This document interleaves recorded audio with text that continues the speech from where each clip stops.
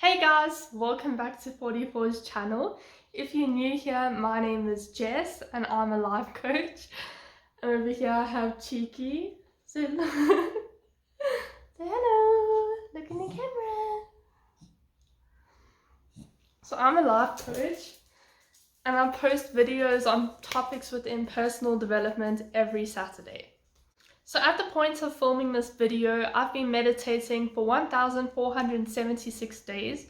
So I decided to make this video just to share my experiences with meditation and how it's benefited me, and then to share how I go about meditating. So just before jumping into the meditation part of the video, I just wanted to share a bit about what life coaching is and I say I'm a life coach, but you may be wondering what that even is. So a life coach is somebody who will sit down with a person and have a guided conversation with them. So what you have is, for me, I work with an hour sessions, and I prefer working online, but it can be in face. Obviously, like, online helps because of the virus running around, and it's convenient because you can reach people even in different countries. So that's why I prefer online. But what it basically entails is a coach sits down with a coachee. The coachee would be the client. They come with an issue or a problem or maybe a goal or something in their life. They come to the coach and the coach will ask them a lot of powerful questions and a lot of different things in order for the coachee to speak about them and to make realizations and to just like voice aloud what's going on in their head. So I don't know for you, sometimes when I'm feeling stressed out, there's like a lot of chaos in my head and it feels worse than it actually is. And it can really help sometimes just to talk to somebody. And yeah, like that's what a coach does. A coach listens to you and will help you sort out all that mess. So a big thing with coaching, some people think that, well, there's like a misconception that coaches give advice, but that's not the case. Coaches can offer suggestions if that's asked for, but a coach believes that all the answers are inside of you. You know exactly how to like solve your life and to achieve what you want to achieve, and the coach is simply there to help you figure those things out. Because sometimes we can have a lot of fears and doubts and limiting beliefs and all these things. So say like you have a goal and there's like, oh, this is happening, that's preventing you from reaching that goal. And a coach can help you like face those fears and to take action. And a coach can also really help with accountability. So sometimes, example, you might say, oh, I want to lose weight. In order to do this, I have to exercise every day. And then after exercising for 3 days in a row, you give up and that's the end of it. So a coach can really help you stay on that path and to continue exercising and to not just give up after 3 days. So with a coach, you're not necessarily getting like tangible benefits. So if you go to a shop and you buy something like shoes, example, you walk out with the shoes and you can see like the quality of it, you know where your money went. But with coaching, it's more, I think, a long-term effect, and it can be a catalyst of something else. It like speeds you along into the right path. So say example, you are a salesperson but you'd really like to become a musician. A coach can help you get that realization, oh, I want to be a musician. How do I go about doing that? The coach can help you ask those questions and to get you onto the right path. And then they can help you reach your goals in that particular path. You set the agenda though. The coach doesn't say, you need to do this, you need to do this. Oh no, you need to do this. It's up to you. A coach is simply there to support you and guide you through that. So if you are interested in this and you'd like to book a session with me, I've included my details below. So I offer hour sessions. So please contact me if you'd like to book a session, and yeah, then we can do that. I'll get back to you. So now hopping back into the main points of the video and the whole reason why you probably clicked on this. But I've been meditating, as I said, for 1,476 days. So the first time that I meditated was on the 30th of November 2016. Okay, that wasn't the first time I meditated. That was the first time I meditated on this particular streak. So the first day of 1476. So that was on the 30th of November 2016. I downloaded this app called Insight Timer. This is something that, I mean, it's like my favorite app. I use it every day, obviously. It's solely dedicated to meditation. There's a timer section, and then there's also a bunch of guided meditations. And what I especially love about this app is that there's like a streak section. So for me, I work really well when, if I'm trying to get into a habit, I work well with doing certain things in a row. So like, I've meditated 10 days in a row. Oh, I've meditated 15 days in a row. I've meditated, like, I like increasing that number, and that streak can really help me do it every single day. So if that works for you, this app would be great. It's also free, so yeah, like, a super terrific app. So I downloaded this on, as I said, at the end of 2016. So at the point of downloading this app, I had meditated before, so I know I was like, this is the first time I meditated. It wasn't. That was a mistake. I had been meditating before, but it wasn't a consistent thing. It was honestly a once in a blue moon. If I went to a workshop, I'd meditate there. Sometimes I'd do guided meditations on YouTube. I mean, there's tons of them. There's like spiritual animal, like find your spiritual animal. I was like, I want to find my spiritual animal. So I remember doing that one. And probably like a bunch of other ones. It was just all like quite random. And I remember the one time when I think I was about 15, I went on holiday with a friend, and we decided we went to this place called Plet, and it's very mountainy and beautiful, like the perfect place for meditation. So we were like, oh, let's meditate on the side of the building. I mean, not the side of the building, the side of the mountain.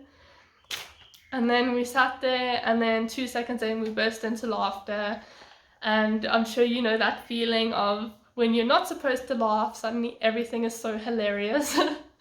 So yeah, that's what I learned, is meditation is so much harder when you're sitting with someone, because then it's just funny for some reason. So during the time, so like I say, I hadn't really been meditating. I had read somewhere that it's better to meditate every single day for 5 minutes than it is to meditate every 2 years for 10 hours. So they were saying that consistency is so much more important than the length of time.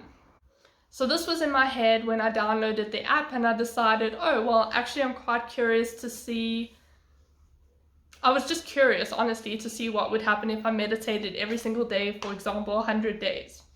Because I was like, oh, I want to see if this really works. Like maybe I mean, the way the post was saying is like, it's so much better to meditate every day for 5 minutes. So I was curious, and then when I downloaded the app, I decided to do it every single day for, I mean, I didn't have, I don't think I said like 100 days, but, you know, like I was like, let's just do it for 100 days, and, you know, like, wasn't strict, but I did it every single day for 5 minutes, but I didn't know how long I was going to do it for, but like 100 days.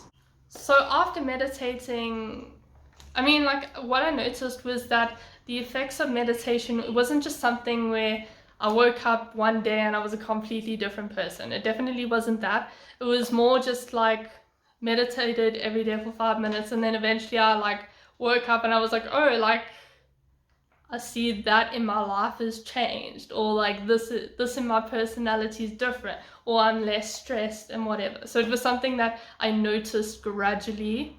And kind of like after it had happened, and I was like, oh, maybe that's the meditation.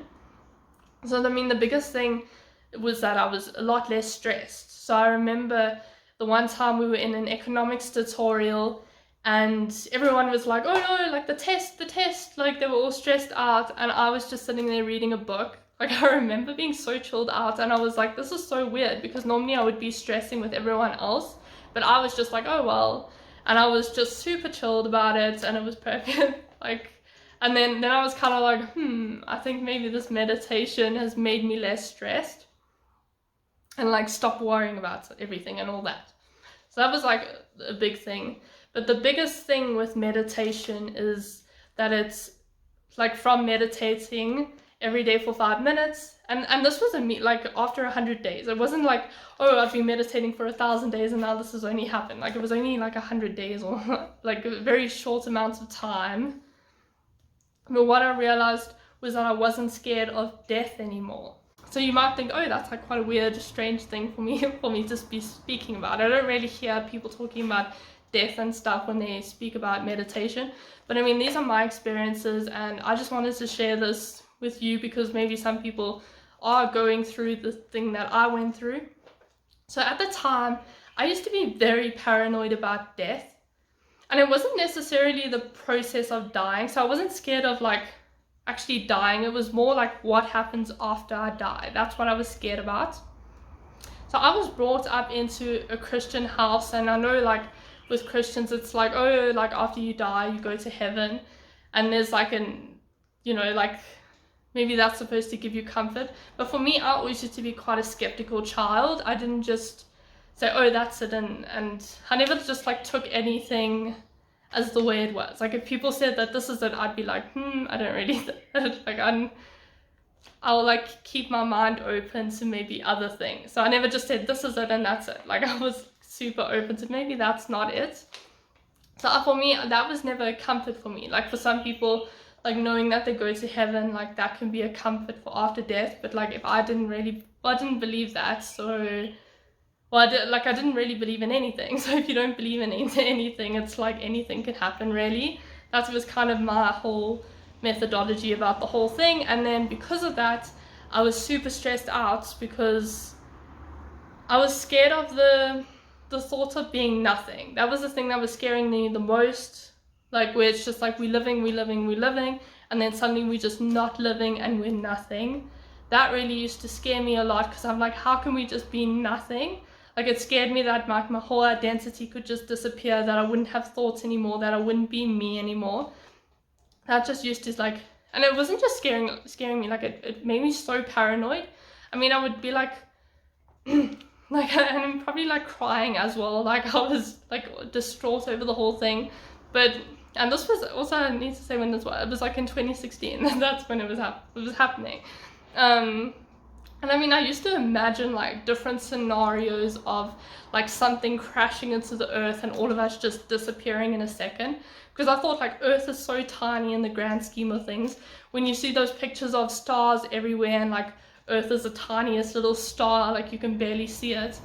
And like the universe is so massive, and I'm like, it would be so easy just to squash earth out. And like we're all talking and thinking, and like in a second all of that could just be wiped out.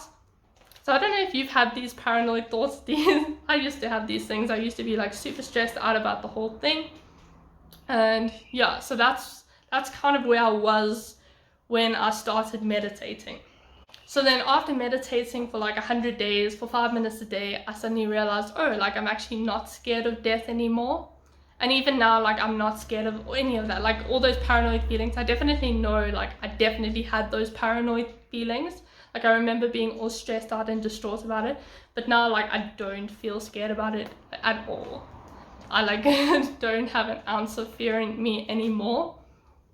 So I'd say like meditation was definitely something that added to that, but it's quite hard to say like this caused this, because there's so many other things going on at the same time. So I wasn't just like meditating for 5 minutes and then doing nothing for the rest of the time. Like I was doing other things as well.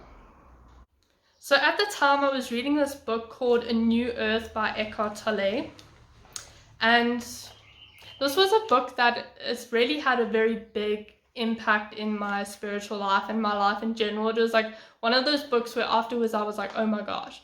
And you know those books where, like for me, I think like especially spiritual books, but yeah, like books are so much more powerful when you have your own thoughts and beliefs and stuff that you've come up with in your own like spare time, let's say. Like you have your own like realizations that you've made, and then you read a book, and then the book backs up your own beliefs in a sense.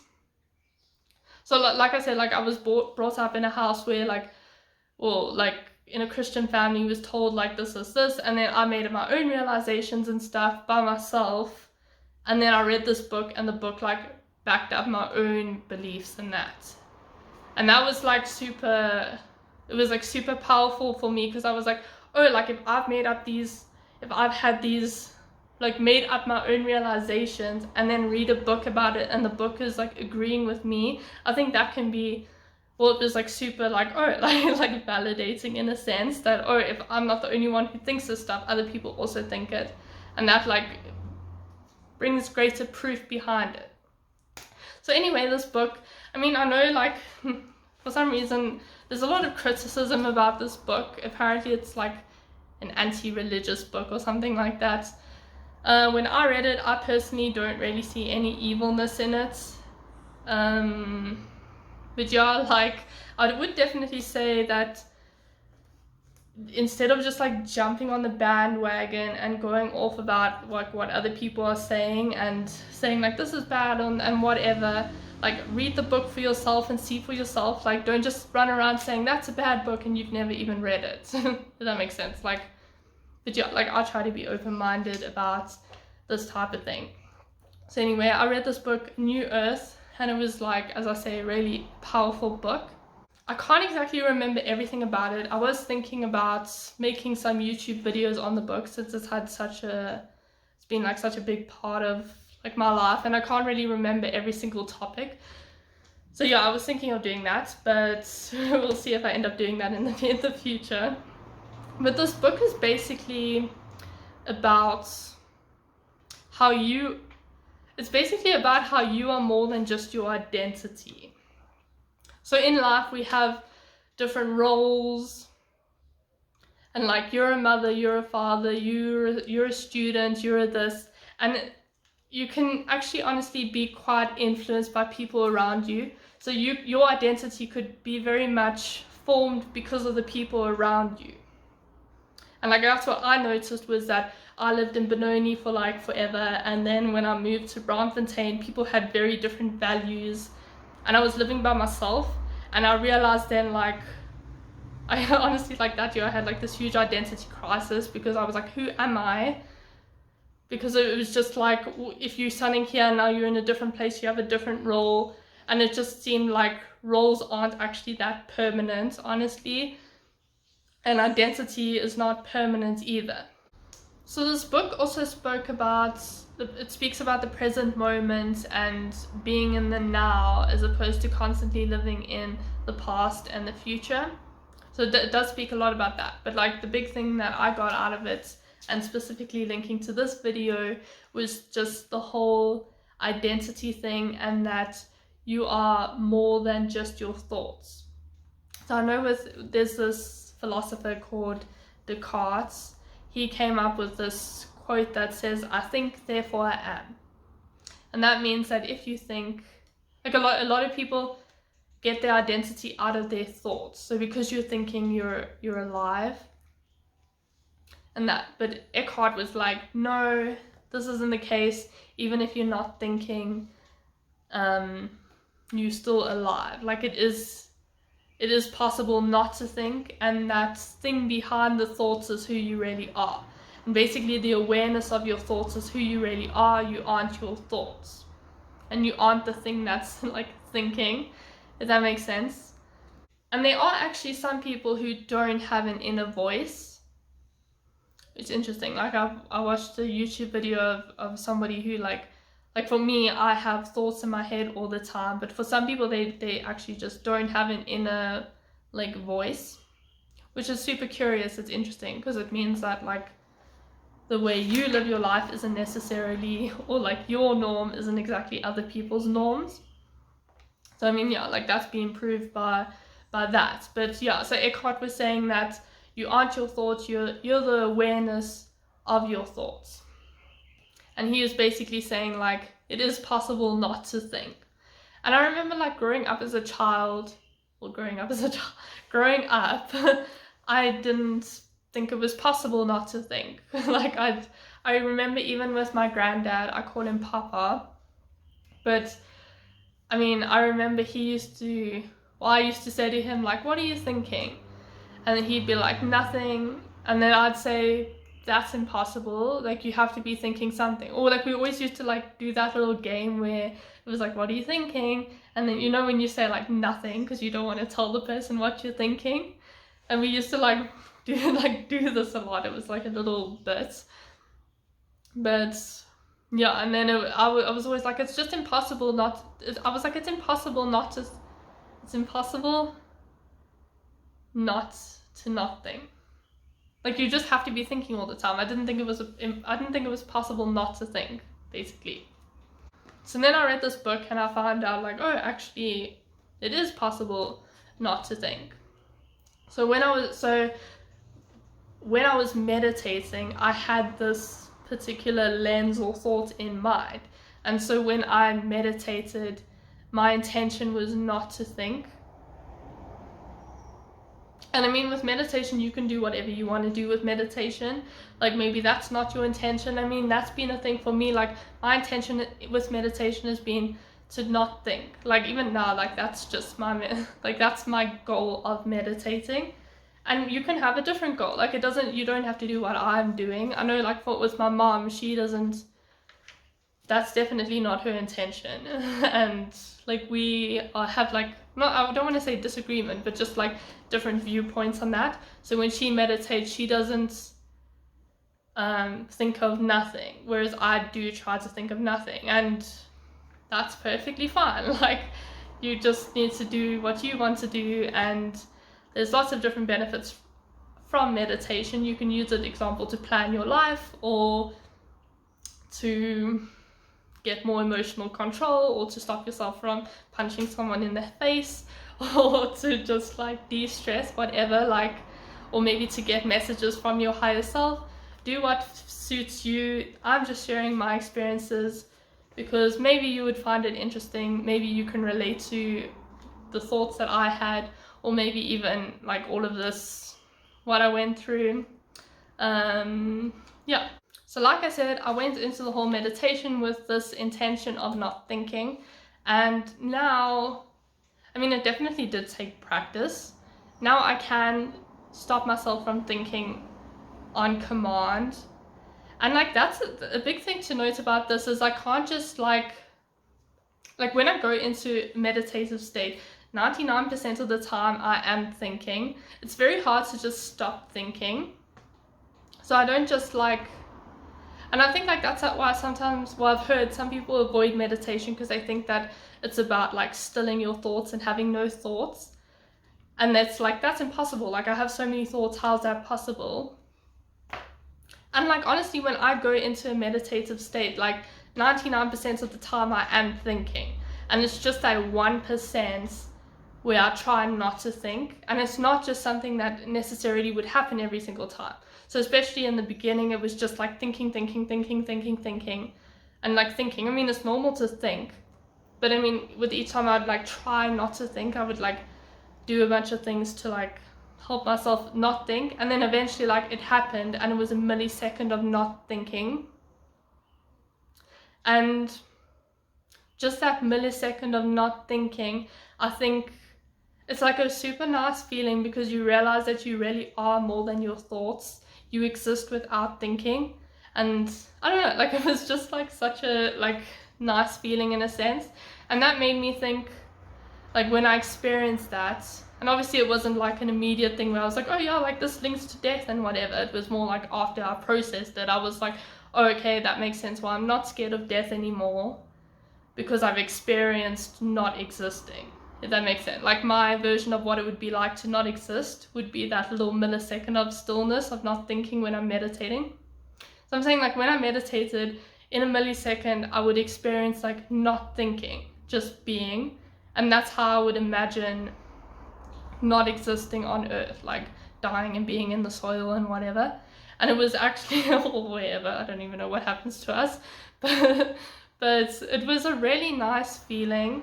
And it is a super nice feeling, and that really gave me a lot of peace. And then I wasn't like afraid of death anymore because I'd like experienced it, if that makes sense. And it wasn't that, well, it was not, like I don't even want to say it wasn't that bad. Like it was super nice actually, and it was like a break from everyday society and like being attached to our thoughts, because when we live our lives we're like, oh yeah, like this thought and that thought and this stress and like and this person and that person, and then when you can cut off from your thoughts you realize like, oh, I exist outside of my identity on earth. And I'm like, if that makes sense, you can kind of like just detach from like your worries and that. So like I said, this wasn't something that just happened. I had to practice it every single day, and now, like as I say, I can just do it on command, but it's not something that I can do for like 10 minutes. Still, for me, it's like I can stop thinking for a second, like just have no thoughts for a second, and that's fine. That's fine. Like I'm trying to get it more. But I mean, the goal shouldn't be necessarily to just stop thinking for 10 minutes. Like a second is enough. Because it's, as I say, it's like, I'm saying as I say quite a lot, but as I say, it's quite hard to just stop thinking. Even when I meditate, the thought that usually goes on in my head is trying not to think. Like that's usually the thought that's still in my head. But anyway, like, so I put together 7 steps of what you can do in order to not think. Like just the 7 steps on how to stop thinking. You can do this if you want, you don't have to. Like I say, do what suits you. If you don't like this, then that's cool. There's other things for you. Meditation can be used for a number of different things and with a number of different intentions, but like if you're curious about this and not thinking, or maybe if you were super paranoid about, or if you are super paranoid about dying and not existing, then like cool, maybe you want to do this, but there's no pressure at all. I'm just sharing because maybe this could help someone, or yeah, I mean, as I say, oh my gosh, how many times, that's like my new word. But as I say, it's nice when you have your own thoughts and stuff and then you read something and that person validates what you're thinking. So it would be nice if maybe I was validating someone else's thoughts and was like, you're not the only one who has those thoughts, so yep. Okay, so my 7-step method on how to not think. So the first step is to choose a time and how often you want to do it. So choose an amount of time, meaning how often for how long are you going to meditate every day? Are you going to meditate for 5 minutes a day? Are you going to meditate for 10 minutes a day? Are you going to meditate for 1 minute a day? So I think it's very important to choose a time and then be consistent with that time. So when I say how often, are you going to meditate every single day, every second day, every once a week, once a month, once a year? You might want to try it out the way I did, which is to meditate every single day for 100 days. I think it is better to do something every single day if you want it to be a habit, because if you leave too much time in between, it's not going to turn into a habit. Things don't turn into a habit until you repeat them multiple times. So yeah, choose what works with you.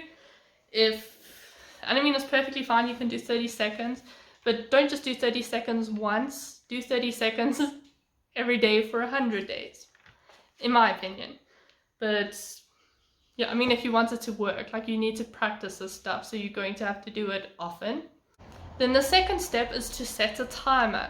So I got a timer from Insight Time. Okay. That was like a lame joke, but it's not even a joke. It's the Insight Timer. I use their timer. So yeah, like I think it's important to have a timer, because you can't be meditating and then like opening your eyes every 2 seconds to check how long it's been. So I think it helps to have some sort of indicator. So you can get a timer on your phone. There's probably other other meditation apps. There's Insight Timer, there's the kitchen timer, a clock, but like a clock's not going to be that helpful, as I say, because you're going to have to open your eyes every 2 minutes to see what the time is, and that kind of defeats the whole point. So basically set a timer for your amount of time. Then the third step is to sit in a comfortable place. And I mean, there's different things. Like some people say you need to sit in a lotus position. Some people need to say that you must sit on a chair with your feet pressed on the ground. Some people say you can lie down. I think you can do whatever you want to do, whatever feels comfortable, but it does help to do it in a way that makes you take it seriously. So if you're gonna lie with your legs in the air or something like that, and it's just messing around, then maybe that's not going to be that great. But I think it's good to actually set a time, a place for you to do it, and to take it seriously so that you don't just waste the time. Like you use that time and you're not super distracted. So I think that's how it can help to choose a place but I'm saying, like, don't be like, oh, it has to be this way, or it has to be that way, or blah blah blah blah blah. Like, do it the way you want to do it, but like do it in a way that makes you take it seriously. And then I also think it's important to sit in a quiet place so that you aren't getting distracted. So if you're sitting with a bunch of people, you're like, la la la la la, like hello, hello, hello, you know, you're probably not going to take it seriously. And also, like I said at the beginning, when I meditated with my friend, we just sat there and laughed the whole time. So that wasn't that great. So it definitely helps. I mean, it's definitely going to be hard to shut off your thoughts if there's a person who's talking to you, because you're probably going to be sitting there the whole time like, be quiet, be quiet, be quiet, and be quiet. Or like imagining different scenarios of you like smacking the person over the head. So yeah, it definitely does help to do it in a quiet place. But I mean, you obviously have to work with what you have. When I started doing all of this, I was living in Braamfontein, which is an extremely busy city. I mean, literally at 3 a.m, there's cars going past, music, parties, people in the streets screaming. But I mean, honestly, it becomes background noise. You don't even notice it anymore. So yeah, but like try to set it. I mean, it does definitely help to do it in a place that's comfortable and where you actually can concentrate. Then the fourth step is to close your eyes. So yeah, I mean, some people can meditate without closing their eyes. I can, like, if I can command myself to stop thinking, and I can do it without closing my eyes. But that's also because I've practiced it a lot. In the beginning, I probably wouldn't be able to do that. I think when you have your eyes open, you can get very distracted by everything going on around you. Whereas if you close your eyes, you can become more centered and focused on what's going on inside of you. I think it's easier to tap into what's going on inside of you when you shut the outside world out, which is why closing your eyes can help. But then definitely do it in a place where you feel safe and comfortable enough to close your eyes. Then the fifth step is to, when you close your eyes and you are about to meditate, intend not to think. So like your intention should, I'm going to say your intention should be, but like if you'd like to do this, then your intention should be not to think. So you go in with a goal or like something that you'd like to achieve. And you can have different intentions. Like I say, some people have an intention to receive a message. Some people have an intention to work something out, solve a problem, calm down their anger. So I mean, you can do those sorts of things, but like with these steps specifically, it's stuff for if you want to not think. This is what I did. So when I did it, I went in with the intention of not thinking. Like that's what I wanted to gain out of meditation. Then the sixth step is to just notice your thoughts and have an awareness of your thoughts. So when you see your thoughts, instead of like, don't judge them. Don't be like, stop having thoughts, be quiet, like stop thinking. Just like let them be, let them pass. And the important thing with all of this is just to have awareness. Like that's the big thing. Have awareness of the fact that you are thinking. Because once you have awareness, you can tap into not thinking. So if you're busy thinking, oh, what should I have for lunch tomorrow? Instead of being like, oh no, like quickly be quiet, like stop thinking, la la la la. Just be like, oh, like I'm thinking about lunch. Oh, I'm thinking about this. Oh, I'm thinking about that. Oh, that's a thought. Oh, that's a thought. So just like have an awareness of your thoughts, and then be aware that the observer is actually you. If that makes sense. Well, that's like what a new earth is about. It's saying that you aren't your thoughts, you're the awareness of your thoughts. And then the seventh and final step is to focus on your breathing. When you do focus on your breathing, it can bring you back into the present. So instead of worrying about the past and the past and the future, breathing reminds you of the present. And when you are in the present, it helps you become more tuned into yourself, I think. I think that that's like the easiest way for me to not think, is to like think, like focus on my breathing. And also when you're focusing on your breathing, you aren't necessarily going to be able to have a lot of thoughts because your brain's doing something else. So I think it can sometimes help to like choose one thing for your brain for your mind to be focused on, and focus on that thing, as opposed to just like letting it like gallivant. If that makes sense. But focusing on your breathing really helps, and even just breathing in general helps a lot, especially with emotions and regulating your emotions. So if you're feeling extremely angry or upset, just like take a moment to breathe and be like, okay, like I'm here, I'm present, I'm alive, and there's actually more to me than just this emotion. So after that, just practice a lot. Like I say, try to do it every single day so that you get into the habit of it. And it's not just going to be something that you master after doing it once. It's probably going to take some time. I mean, even for me, there's like room for improvement with all of this. And then don't be too hard on yourself if you aren't achieving what you want to achieve, or if you're thinking the whole time, or you don't think you're doing it right. I think non-judgment is extremely important. Don't judge yourself. Just let things be. But thank you very much for watching my video. If you enjoyed this, please give it a like. If you think anyone would like this, please share it with them.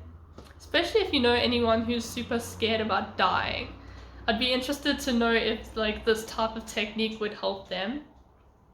And also maybe they should read the book A New Earth, because that really helped me. I mean, that was really a big part of it. And I mean, it like went alongside my meditation journey. And then also please subscribe to my channel if you're liking my videos. So at the bottom it says subscribe, and then next to it make sure that you hit the bell in order to receive notifications every time I post a new video. I'd love to hear your experiences with meditation, and I would really like to know, have you ever experienced not thinking? Because before all of this, I didn't think that was possible. Like, I just didn't know how it was possible not to think. And I've never met someone who hasn't thought. Well, I mean, it's not exactly something I run around asking people, like, do you think? But I'd love to like hear honestly, have you ever, can you like not think? And like how long is that period of not thinking? Like, how is it for you? Is it just something that's natural?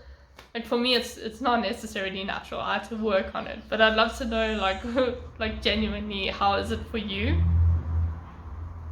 And if you do end up like doing my whole technique, let me know if it's working and what your experiences have been, and like what your experiences with meditation in general have been.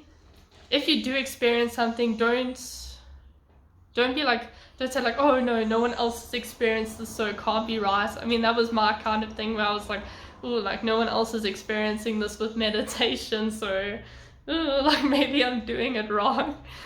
Like, I mean, it's helped me, so yeah, like don't judge yourself for having something that might be different to other people. Maybe it could actually help other people, so I'd love to hear about that. But thank you for watching. I hope you have a fantastic week coming, and I'll see you next weekend with a new video. Bye guys!